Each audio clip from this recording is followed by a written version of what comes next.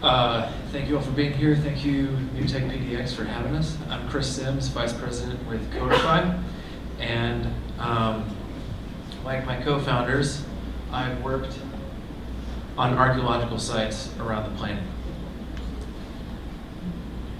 So people think archaeology is all about punching Nazis. It's really only about 10% punching Nazis and more like 90% paperwork. So somewhere in all that, we have to dig things up and be good stewards of the data we record. And so even though archaeologists study ancient cultures, we impact the lives of living communities. And in fact, archaeology is just one small part of a $150 billion construction industry that we all have something in common with, and that's that paper is everywhere. So that brings us to our problem. When you go to a bar, you get 3 different receipts. We lost our slide. But it's not on paper.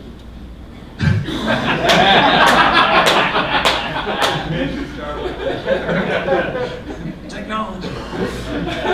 So when you go to a bar, you get 3 different receipts. When you go to a coffee shop and you get a cup of coffee, you get paper that's not recyclable. When you do archaeology, you make a lot of paperwork.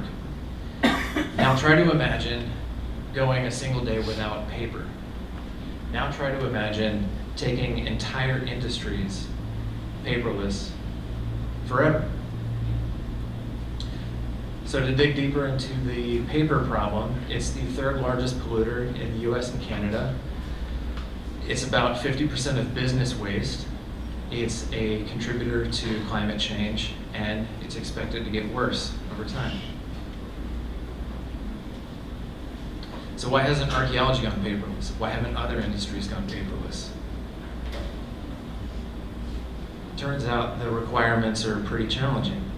So in archaeology, as with some other fields, a paperless solution has to work anywhere. That means no internet, no cell, no Wi-Fi, no cloud, and it also has to be completely secure. So if you're working with tribes or the military, you have to have devices that are not networked. And a paperless solution has to be as fast, if not faster, than filling out a paper form. And of course, you cannot lose data ever. So in 2014, we founded Codifi as a social benefit corporation. And originally, we were devoted to helping organizations that were preserving heritage go paperless.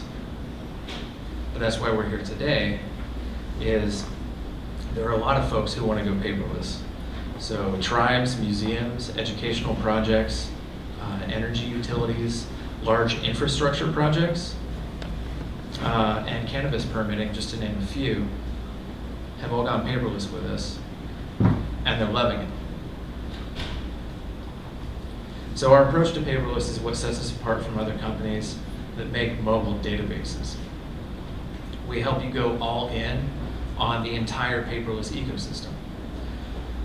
We map the whole workflow from the very start to the very end, and we keep data security, archival quality, meaningful data generation in mind along every step of the way. So we began with custom apps, and we've done a lot of them. We've done over 30 worldwide in the last 2 years, and they run on average around $10,000 per app, give or take, depending on complexity. And our strategy is to focus now on state editions that take companies fully compliant and paperless, saving them a ton up front and helping us scale worldwide. Codifi is like TurboTax for field work, but like TurboTax, we're doing this by working directly with agencies that set the data standards and receive the data. So I'll give you a quick tour of Codifi. This is the Colorado edition. From the list view, the user can add anything they want to record, including agency-required subjects or their own custom ones.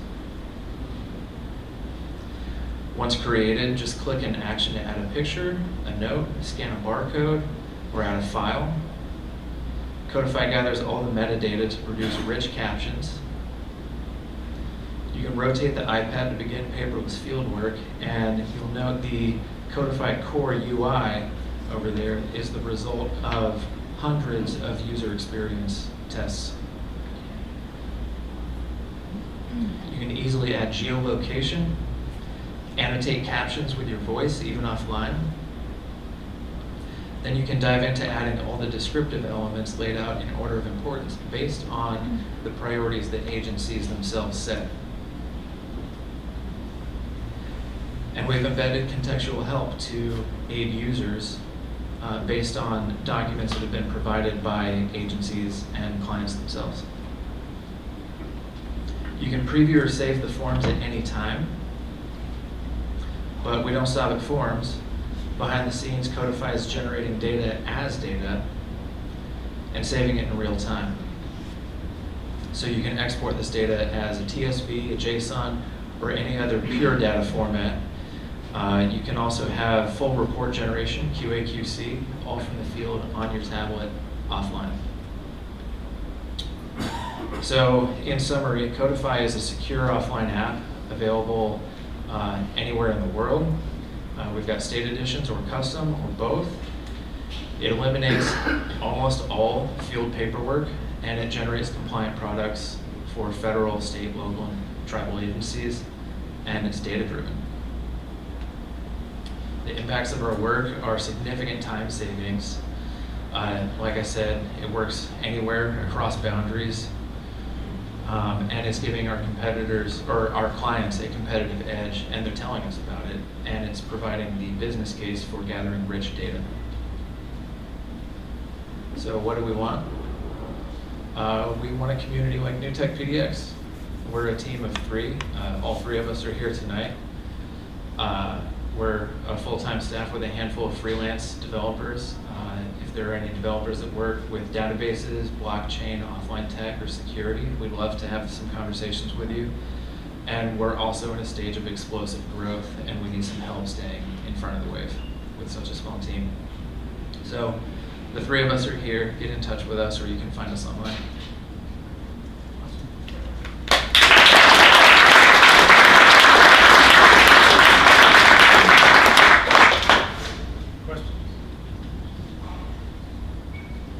Why the state level seems to be the differentiator? What's the differences between states? That's a great question. For archaeology, as it works in the United States, there are a handful of federal laws that then fall to state jurisdiction. And so when large infrastructure projects happen within each state, there's a state historic preservation officer that's in charge of giving the thumbs up or thumbs down to all of the work that's done in compliance for these large infrastructure projects. And so archaeologists working within a state, whether that's Oregon, Colorado, California, anywhere else, have to report to the state agent.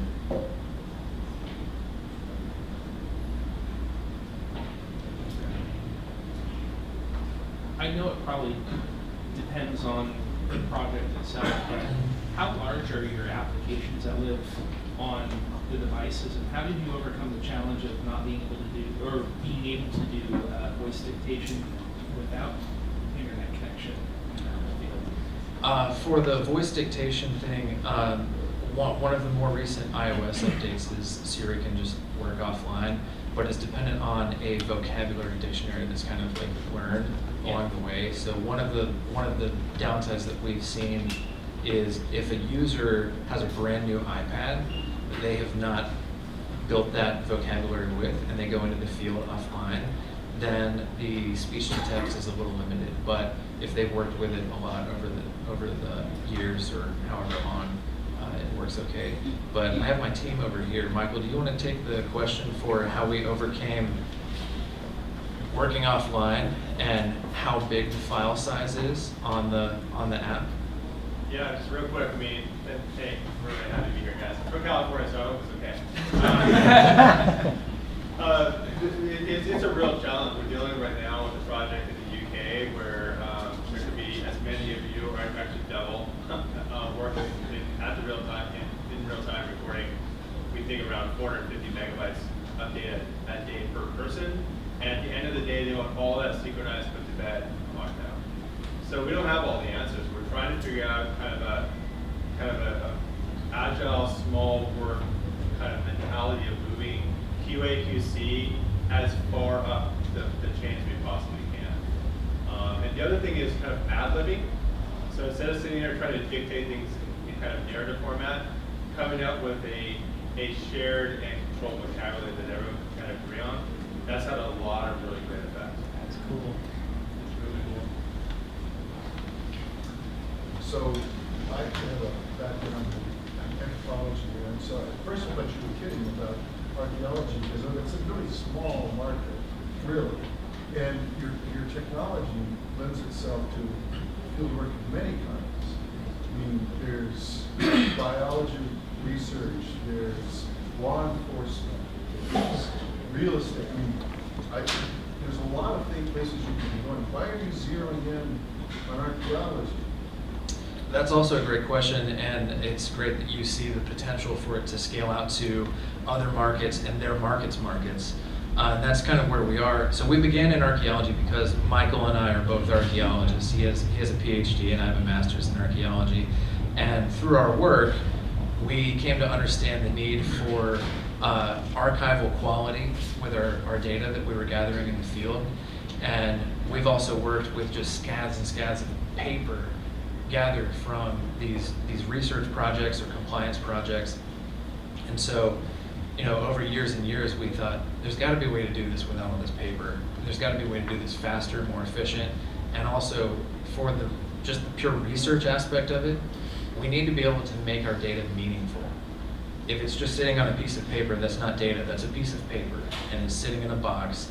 And in cities like Portland, we have to justify square footage for sheets of paper that are not meaningful data. So now here we are making meaningful data for large infrastructure projects and trying to build accountability and oversight. But you hit the nail right on the head. We're expanding to other markets outside of archaeology. Where are you 3 years from now? Oh man, that's a great question. Where we are 3 years from now, we would be expanding to other markets. We would have a dedicated full-time staff with less reliance on freelancers. And aside from that, it's hard to say. Michael, do you have any input on that? I mean, very, very seriously, what Chris and I both realized last year was that this whole paper thing is really a thing. It's a sweeping, serious climate change problem. We just passed a place up in Washington yesterday that said, Laura said we're timber friendly. It's like great, but it's still a limited resource. We'd really like to see a serious impact in our digital world of coupling technical debt with the elimination of paper waste and producing meaningful data. It seems like an obvious thing, but it's become a real serious thing. I think we could actually solve a lot of that in the next 3 years. I really do. It just seems so obvious. You look at the medical industry that's tried it and failed. Put paperless in 2017 into your Twitter feed and see what comes up for the UK. It's a problem that people have been spending billions of dollars to try to solve.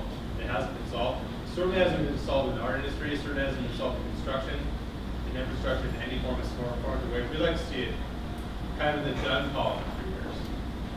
So, you gotta have a high vision. You may as well see that, right? Yes. What's the greatest invention you guys made when building the app?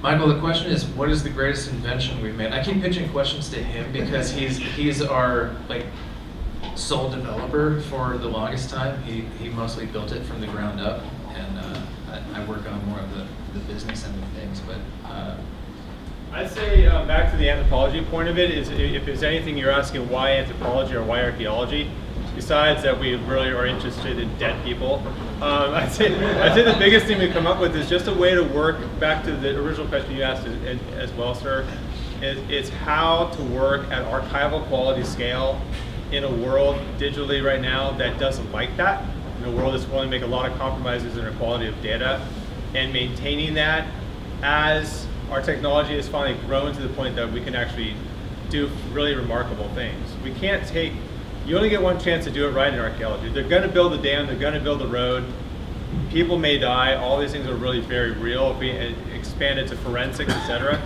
it can actually be life and death. So I think figuring out a way to have technology empower people to do phenomenally great work in real time has been our greatest invention, if that's a thing. And the way we've been doing it is true user experience. Hundreds and hundreds and now thousands of users later just trying to figure out how to do this stuff. So we don't take any pride in what we do, we just take pride in being, I'd say, good anthropologists trying to figure out how to leverage the work of everyone else. That's a better answer than I would have given. I would have said the ability to automatically generate a photo log, so I don't have to go in and manually Yeah, that. enter all the Also photos. Spent too many hours of my life doing that. Very good. Thank you so much. Thank you.